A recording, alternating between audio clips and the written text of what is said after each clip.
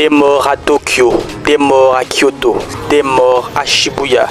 La cause, des fléaux, des créatures sans foi ni loi, créées à partir d'émotions négatives et qui font des milliers de morts chaque année. Mais heureusement, un groupe de personnes nommées exorcistes ont été créés pour les exterminer. Certains de ces exorcistes sans aucun potentiel et aucun sort puissant restent au bas de l'échelle, tandis que d'autres atteignent le sommet du podium et c'est de l'un d'entre eux que nous allons parler aujourd'hui. Et comme vous l'avez constaté sur l'affiche de la vidéo, nous allons parler de Yuji Itadori. Mais juste avant de commencer, vous êtes 95% à regarder mes vidéos sans être abonné. Nous visons les 1000 abonnés, du coup abonnez-vous. Restez jusqu'à la fin de la vidéo car on va faire des théories et pour finir, voici la question de la semaine. Quel serait votre sort de Jujutsu Kaisen si vous devez en imaginer un? Mais maintenant que tout est prêt, balançons le générique.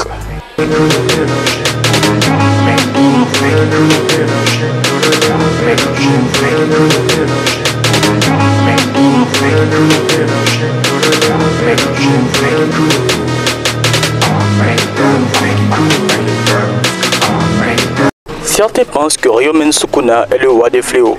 Il se trompe. Le roi des fléaux est celui qui lui serve d'autres. Yuji Itadori, au début de l'histoire, ne connaissait même pas l'existence des exorcistes, étant seulement un gamin super fort, possédant potentiellement les gènes de Yujiro Hanma. Et après les avoir rencontrés, il fut tout de même la plupart du temps inférieur à eux, ne pouvant pas utiliser de sorts innés. Durant toute la première saison, Itadori était à la fois le moins fort par ses propres capacités et le plus puissant étant l'autre de Sukuna. Il s'éveille pour la première fois après avoir avalé le doigt de Sukuna, devenant alors le réceptacle et débloquant par la même occasion ses pouvoirs d'exorciste. Et en disant cela, je parle de l'énergie et d'autres capacités ayant rapport comme le rayon noir et non des techniques. Puis son second éveil face à Mahito, après la mort de Junpei se déchaînant avec une rage folle sur son adversaire et utilisant volontairement pour la première fois son énergie. Puis il s'éveille une troisième fois face à Hanami grâce à Todo qui lui montre comment faire des rayons noirs, goûtant à l'énergie maudite pour la première fois. Mais là où il s'éveille réellement, c'est dans la saison 2 face à Mahito, dans un combat intense et terrible où il devient pour la première fois le chasseur et non le chassé.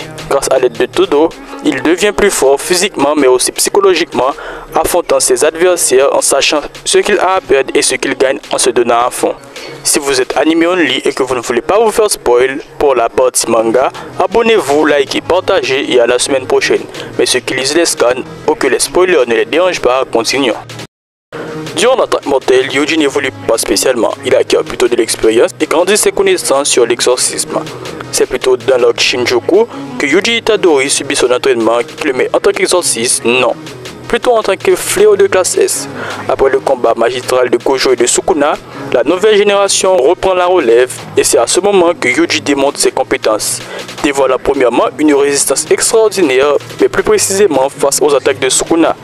Ses coups de poing qui touchent directement l'âme, la maîtrise de son sort d'inversion facilitée par les techniques du clan Kamo, la manipulation du sang qui a permis grâce à Noritoshi et à Chozo, le territoire simple développé dans le changement de corps avec Kusakabe, les sorts de dissection similaires à Sukuna mais qui touchent l'âme, développés en ayant baigné dans l'énergie de ce dernier et le meilleur pour la fin, il touche le sommet de l'exorcisme avec son expansion du territoire, possiblement appuyé grâce à Gojo et à Yuta, qui restent à ce jour mystérieux mais qui laissent place à de nombreuses théories sur son apparence et sur ses capacités extraordinaires. Je pense que puisque les extensions du territoire sont souvent les représentations d'un sort de la personne, un beaucoup plus puissant et à plus grande échelle, on peut imaginer que l'extension du territoire de Yuji serait similaire à celle de Sukuna, à la seule différence que ces slash toucheraient directement l'âme. Par contre, une théorie moins sûre, c'est qu'il posséderait une extension du territoire et un rapport avec le sang, puisqu'il est en grande partie héritier du sort des Kamo, ou encore possédant une extension du territoire